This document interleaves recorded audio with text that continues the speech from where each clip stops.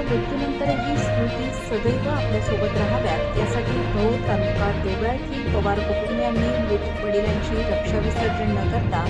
शेतात खड्डा खोदून रक्षेत झाडाची लागवड करत सामाजिक व पर्यावरणीय दृष्टिकोन पवार कुटुंबियांनी रुजवत एक वेगळा आदर्श समाजापुढे ठेवला आहे. भाऊ तालुका देवळा येथील माजी सरपंच व बिल्लीवाडी येथील वसंतदादा पाटील सहकारी कारखान्याचे माजी अध्यक्ष कैलासवासी दिवंगत पंडित नथुजी पवार उर्फ भाऊ यांचे बंधू व देवळा कृषी बाजार समितीचे माजी उपसभापती व विद्यमान संचालक, वसाकाचे माजी संचालक व आनंद ॲग्रोचे जनसंपर्क अधिकारी अमित पवार उर्फ आबा पवार यांचे काका व सोपान कृष्णा पवार यांचे 75 वर्षीय वडील कृष्णा नथुजी पवार यांचे नुकतेच निधन झाले.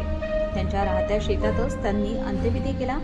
कुटुंबियांनी आपल्या वडिलांची रक्षा विसर्जित न करता शेतातच त्यांनी या रक्षेत आंब्याचे झाड लावत वडिलांची आठवण म्हणून संगोपन करण्याचे मुली सीमा सोनवणे, भारती पगार, रोहिणी रौंदळ, कल्पना देवरे, स्वाती आहेर, इंदुबाई बदाने, निर्मला आहेर, कृष्णा सूर्यवंशी, सरला दाभोळे, वंदना आहेर, रंजना आहिरे, शोभा देवरे, रंजना गुजरात, संगीता आहिरे, मीराबाई निकम, मुलगा सोपान पवार, पुतण्या नितीन पवार, भाऊसाहेब पवार, पांडुरंग पवार, विजय पवार यांनी केले. वृक्षारोपण करण्यासाठी देवळा रोटरी क्लबचे माजी अध्यक्ष सुनील आहेर, रमेश पवार, विजय पगार, केतन निकम, राजेंद्र आहेर, भाऊसाहेब पवार, प्रकाश पवार, राजेंद्र पवार, संदीप पवार, ओम पवार, पिनू पवार, धीरज पवार, यश पवार यांच्यासह नातलगांनी पुढाकार घेतला.